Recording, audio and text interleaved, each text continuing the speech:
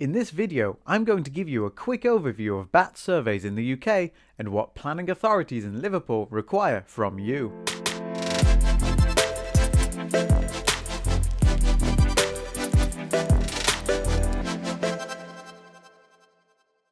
In short, a bat survey is carried out primarily to discern if there is or isn't a bat roost present in your property or development site. But the survey also provides information on the species of bat if the roost is active and the features that might be attracting them to your property. During a bat survey, we look for evidence such as bat droppings, prey remains, and bats themselves, both alive and dead. We also look for suitable roosting features and entry points that bats commonly use to roost or enter a property with, such as loose tiles and fleshing, cracks in the brickwork, and enclosed dark spaces.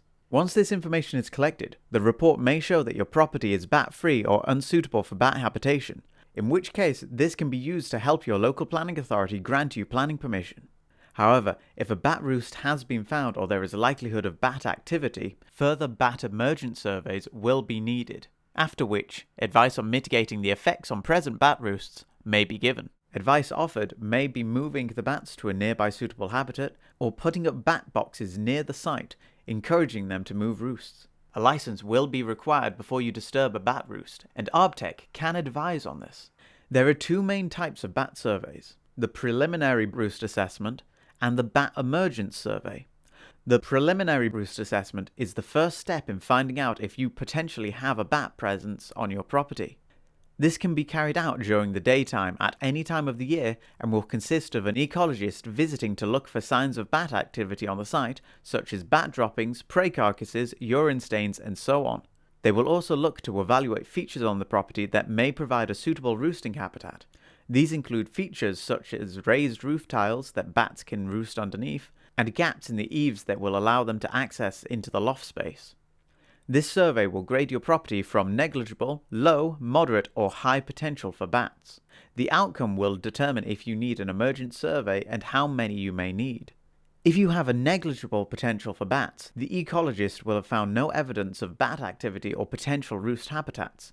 This may be all you need to provide to your local planning authority to help show your development will not negatively affect local bat roostings or habitat.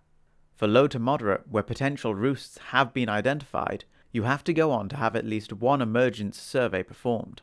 High potential sites where evidence of bats has been observed will require at least 3 bat emergence surveys to assess the activity of bats in the area. If an emergence survey will be needed, this may be carried out during dusk or dawn between the months of May and September, and is to help to determine if the roost is active, the species that are using it, and the size of the bat colony. This information is used to determine the right kind of mitigation. Liverpool is home to a vast array of historical buildings and beautiful architecture.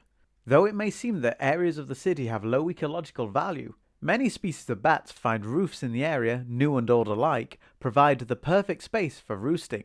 The coastal location of Liverpool has proven such an attractive hub for migrating bats that 10 species of bats are known to use the area, and colonies have been spotted in many of the landmarks of the city, such as Anfield Stadium.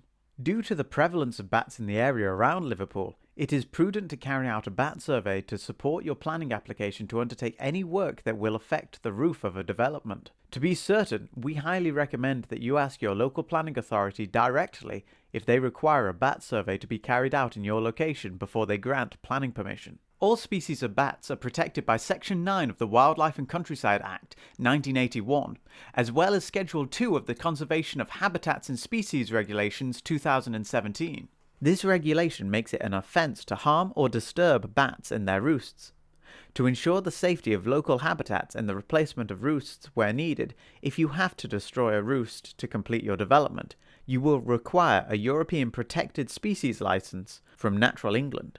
Failure to acquire the correct licensing or to carry out building works that may affect bats can result in a hefty fine with no upper cap.